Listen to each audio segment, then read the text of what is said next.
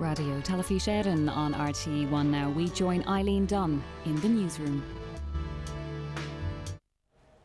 Good evening and welcome. The headlines tonight. A cynical and venal abuse of office. Report finds Michael Lowry helped Denis O'Brien secure mobile phone licence. They say the report is based on opinion, not fact. I never paid Michael Lowry one red cent. Fighting continues on the ground in Libya as the coalition resumes its airstrikes. And Japanese officials say it could take some time to stabilise the reactors at Fukushima.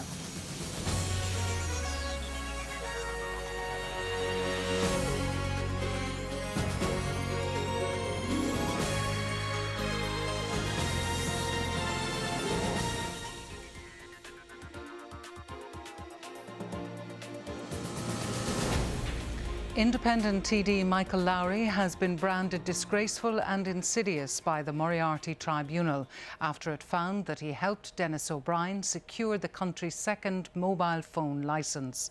The tribunal's final report says the businessman made payments to the former Fine Gael Communications Minister amounting to nearly £900,000 sterling.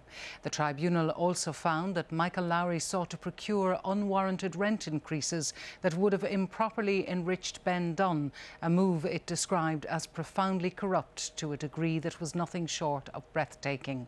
All three men have rejected the tribunal's findings. 14 years in the making, the Moriarty Tribunal's report on the 1995 award of the state's second mobile phone licence to businessman Denis O'Brien's ESAT Digiphone is damning of many of those involved. The report finds that while a Fine Gael Minister for Communications, Michael Lowry, by his acts and decisions, conferred benefit on Denis O'Brien. Mr O'Brien, the tribunal concluded, had made or facilitated payments to Mr Lowry and was also the source of money in accounts held in the name of and for the benefit of Mr Lowry. The amounts involved almost £900,000 sterling. Mr O'Brien's companies too contributed more than £22,000 in donations to Fine Gael around the same period, while a further $50,000 donation was made to the party by ESAT Digiphone through O'Brien's Norwegian partners Telenor, although it was returned. The report claims it's beyond doubt that around the same time Michael Lowry gave information to Denis O'Brien which was of significant value and helped him secure the licence. As Minister, he displayed an appreciable interest in the process, sought information, had irregular interactions with interested parties at its most sensitive stages, and ultimately not only influenced but delivered the result. Responsibility for his confidentiality breaches rested with Mr Lowry, the tribunal states, and with systemic failures within his department, which also attracts much criticism. But Mr Lowry also had a strategy to deprive government colleagues of their decision-making function, the tribunal says. Most reprehensibly, he sought to overreach Taoiseach John Bruton, and in doing so exercised an insidious and pervasive influence on the process, the tribunal finds. His actions, the tribunal chairman states, were a cynical and venal abuse of office, which have cast a further shadow over this country's public life. He also criticises Mr Lowry's brazen refusal to acknowledge the impropriety of his financial arrangements with Denis O'Brien and businessman Ben Dunn, and his contemptuous disregard for his tax obligations. And he compares Mr Lowry's qualities to those of the late former Taoiseach Charles Haughey, through showing favour to wealthy or prominent people in exchange for payments or other benefits. Not surprisingly, Mr Lowry and Mr O'Brien have much to say about this and Mr Justice Moriarty's other conclusions. And so while its terms of reference may be complete, the controversy surrounding the Moriarty Tribunal is set to continue. Will Goodbody, RTE News. A project group of 10 public servants was established to manage the licence process, and in June 1995 they adopted an evaluation model that represented best practice. The process was to be highly confidential and involved a scoring element allied to a qualitative evaluation of the applications for the licence. The tribunal sought to answer a number of key questions. Was the licence process robust enough? Was its confidentiality breached? Did it withstand political interference? What it found was that there were marked deviations between what was envisaged and what actually happened. So what happened? The tribunal found crucial flaws in the licence process. The evaluation model was not followed. The scoring results were excluded. Although ESAT ranked third on scoring, it still won the licence. Financial assessments were fraught with error and irregularity, and the project group was effectively redundant. The tribunal chairman, Mr Justice Moriarty, also found that confidentiality was far from sealed and that the then Minister Michael Lowry had an insidious and pervasive influence on the process. He found Mr Lowry sought and obtained information on applicants. He informed Mr O'Brien of doubts about the bid. He changed the precondition of financial capability. He guillotined time allowed to the project group, and he misled the then Taoiseach and Taoiseach. Mr Lowry and Mr O'Brien met at the All-Ireland in Croke Park in September 1995. Later that day, they adjourned to Hartigan's pub. The tribunal says this episode was profoundly reprehensible because Mr Lowry informed Mr O'Brien of the financial weakness in his bid. This later resulted in Dermot Desmond becoming involved in his consortium.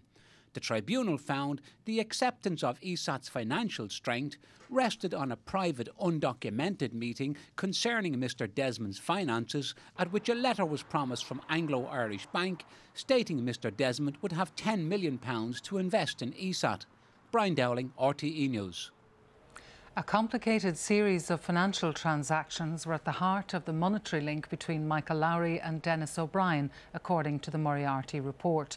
Offshore money movements and property deals in Britain were traced to show that Mr Lowry received nearly £900,000 sterling because of his association with the ESAT Digiphone boss. It took a long time for the tribunal to produce evidence of financial links between Michael Lowry and Denis O'Brien, but the money trail was long and tortuous. Both men denied that money went from Mr O'Brien to Mr Lowry, passing through many intermediaries. There was £147,000 that Michael Lowry used to refurbish a house in Kerrysfoot, Dublin. The tribunal traced £407,000 that came from Denis O'Brien's account at Woodchester Bank in Dublin. £150,000 of this ended up in Bank of Ireland, Jersey, in an account belonging to the businessman, the late David Austin, a friend of Mr Lowry, before ending up in Mr Lowry's account in the Irish nationwide Isle of Man. There was £300,000 sterling that came from Denis O'Brien's Credit Suisse account in London through his accountant Aidan Phelan, before going to an English solicitor acting for Mr Lowry in buying property in Mansfield, England. Then the tribunal found that because of Denis O'Brien, a loan was obtained from Woodchester Bank and deposited in the account of the English solicitor Christopher Vaughan on behalf of the company Cat Claws, of which Mr Lowry was a director, to buy property in Cheadle. The tribunal said there was a reasonable inference that these payments were connected to Mr Lowry's Office of Minister. It also found that Mr Lowry, as Communications Minister, intervened to get Ben Dunn £5 million extra in rent from an office building used by Telecom Éireann. This, the tribunal found, was corrupt to a breathtaking degree. John Kilrain, RTE News. Denis O'Brien has launched a personal attack on the judge who presided over the tribunal. He called on the judiciary to investigate Mr Justice Michael Moriarty and his legal team for the way they conducted themselves. Tonight, the businessman Dermot Desmond, who was not under investigation by the tribunal, joined Mr O'Brien, Michael Lowry and Ben Dunn in questioning the report's findings. The response from two of the main figures in this damning report has been swift and unambiguous. Michael Lowry, who's out of the country, said in a statement, "The report is factually wrong and deliberately misleading." He said Mr Justice Moriarty had outrageously abused the tribunal's ability to form opinions which are not substantiated by evidence or fact. On the granting of the licence, Mr Lowry said it was not possible for me to interfere with the licence process without the collusion of up to 18 civil servants. And this evening, Denis O'Brien said the report was fundamentally flawed, and he added he hadn't given Michael Lowry a red cent. We never paid any money. Not one red cent went to Michael Lowry. So what we really need But are is... you saying that Mr Justice Moriarty was stitching you up? Absolutely, from the very first day. Is that not, a very, very serious It's allegation? a very serious allegation. And controversially, he says the rest of the judiciary are now protecting their colleague. One of their own, they've got it wrong, and now he has to be protected. And a statement tonight issued by businessman Dermot Desmond describes the report as the most lengthy and expensive comic ever produced. He added the tribunal has not been investigating any wrongdoing on my part. Ben Dunn, in a comment to RTE, said the tribunal never acted upon a medical report which said he was unbalanced and unwell during the 1990s. Mr. Moriarty, if you believe what you put in print about Ben Dunn, make sure now that Ben Dunn is prosecuted and put behind bars, because corrupt people should be put into jail. Charlie Bird, RTE News. The Moriarty Tribunal is critical of Fine Gael for failing to disclose a $50,000 donation which it received from Denis O'Brien's successful consortium. Tomorrow, party whips will meet to discuss the possibility of a Dáil debate on the report. The opposition was quick to seize on the findings of the Moriarty report, Micheál Martin insisting they represented a damning indictment of the decision to award the mobile licence. Both he and Gerry Adams claimed that Fine Gael had major questions to answer over a controversial $50,000 donation. I'm talking about the Telenor donation. A damning conclusion from the chairman of the tribunal in relation to your party's lack of cooperation, concealment, decision not to open up and give the details of that donation and payment. Have Fine Gael received any other monies from Denis O'Brien or any of his companies? And when will you make a full statement, and when will the Dáil have the chance to discuss these issues fully? Insofar as this report is concerned, I want to study this. The government will respond to it. The House will have an opportunity to discuss it and give its views. Later, the opposition called for the report to be sent to the DPP, as the government insisted it had stopped short of finding the licence had been awarded improperly. Minister, doesn't this amount to shocking corporate and political corruption involving a government minister and a leading businessman? Either the then Rainbow ministers were either fools or knaves if they allowed Minister Lowry run roughshod over them. Nobody around the table of that cabinet had any knowledge other than that best practice process worked and produced a result. The government was caught on the hop by the publication of this report, and the Taoiseach struggled in his Dáil responses. There's no doubt the findings are embarrassing, but whether 14 years on they've the capacity to cause political damage is less certain. David Davenport, RTE News, Leinster House. And our political correspondent David McCullough joins us now. David, the capacity to cause political damage may be in question, but that won't stop the opposition trying, will it? You can say that again, Eileen. When the party whips meet tomorrow afternoon to organise the business of the House for next week, the opposition parties will be pushing for the widest possible debate on this report, and also the opportunity to question the 6 members of the current government who sat around the cabinet table with Michael Lowry. Most notably, of course, the Taoiseach himself. Micheál Martin questioned Mr Kenny about whether he would submit to questions, and the Taoiseach said that he would. So the opposition will be pushing for that in the Dáil next week at the earliest possible juncture. And some members of Fianna Fáil gleeful at the rather unaccustomed opportunity to attack Fine Gael on ethical issues, and they'll be doing their absolute utmost to make the most of that. Suggestions from Fianna Fáil in particular that Phil Hogan may have questions to answer. The Environment Minister isn't criticised in the report, but there was a conflict of evidence between himself and Denis O'Brien on one hand, and auctioneer Mark Fitzgerald on the other, about whether a meeting had taken place, and the tribunal said that it preferred the evidence of Mr Fitzgerald. So that may not amount to an awful lot. The real nightmare scenario for the government and for the state and for the taxpayer is the prospect of a legal challenge by one of the disappointed underbidders, one of the unsuccessful consortia looking for the licence. If one of those were to be successful, it could prove to be very expensive indeed. David McCullough at Government Buildings, thank you. Well, cases being taken by 2 of those losing bidders for the second mobile phone licence are due for mention in the Supreme Court later this week. One case involves the Persona Consortium, and a second is being pursued by businessman Declan Ganley, who was part of a group that involved RTE and Bord na Móna. It was one of the biggest takeovers in Irish history. The sale of Denis O'Brien's ESAT phone group to British Telecom in the year 2000 catapulted the entrepreneur to the top of the rich list.